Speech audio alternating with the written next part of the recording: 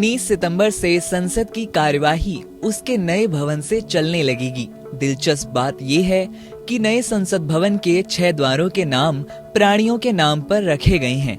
इनमें से प्रत्येक प्राणी संसद के विभिन्न पहलुओं का प्रतीक है। 6 द्वार हैं: गज द्वार, अश्व द्वार, गरुड़ द्वार, मकर द्वार, शार्दूल द्वार और हंस द्वार। प्रत्येक दरवाजे पर उस प्राणी की एक मूर्ति है जिसके नाम पर इसका नाम रखा गया है।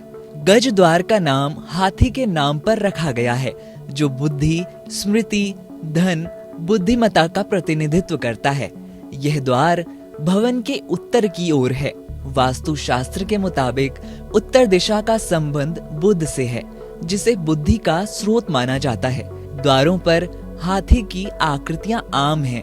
वास्तु शास्त्र के अनुसार इन्हें समृद्धि और खुशहाली लाने वाला माना जाता है। अश्व द्वार का नाम घोड़े के नाम पर रखा गया है।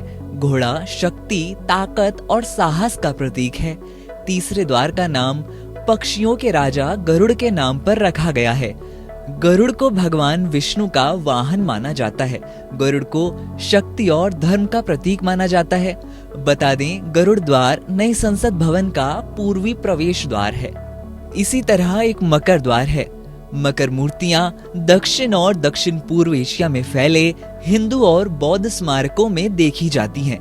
एक और विभिन्न प्राणियों के संयोजन के रूप में मकर भारत की विविधता में एकता का प्रतिनिधित्व करता है, और दूसरी ओर द्वारों पर मकर की मूर्तियां रक्षक के रूप में देखी जाती हैं। मकर द्वार पुराने संसद भवन के प्रवेश द्वार की ओर है।